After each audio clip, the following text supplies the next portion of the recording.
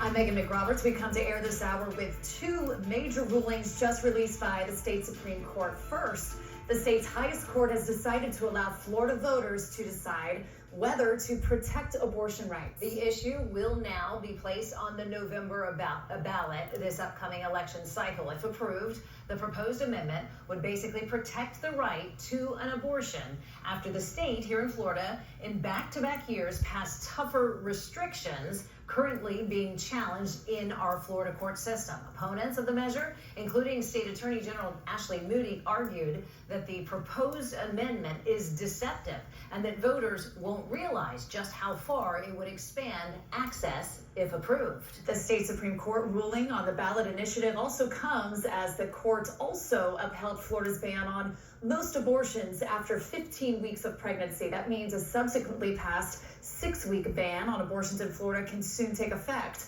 WPTV's Chris Gilmore is in studio right now with reaction to both sides of this issue on reproductive rights in Florida. Chris. Yeah, Megan, a lot of moving parts here where you were talking about earlier. If the amendment gets 60%, that's a supermajority in November, it'll eliminate the 15-week abortion ban currently on the books in the state. The summary of the amendment in question reads, no law shall prohibit, penalize, delay, or restrict abortion before viability or when necessary to protect the patient's health as determined by the patient's health care provider. Additionally, it won't change the requirement to notify a parent or guardian before a minor gets an abortion. In February, the Attorney General's office argued the ballot title and language doesn't reflect the breadth of the amendment. Also, part of the argument raised by opponents is the lack of explanation of what, quote, before viability means in terms of weeks. We spoke to both sides.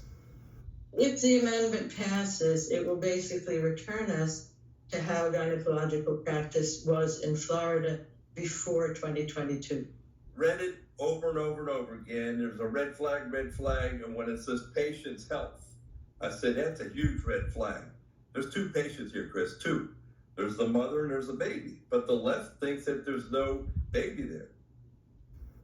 A lot can happen for now in November. If it passes on the ballot amendment, that would take effect in 2025. Jen? Chris Gilmore.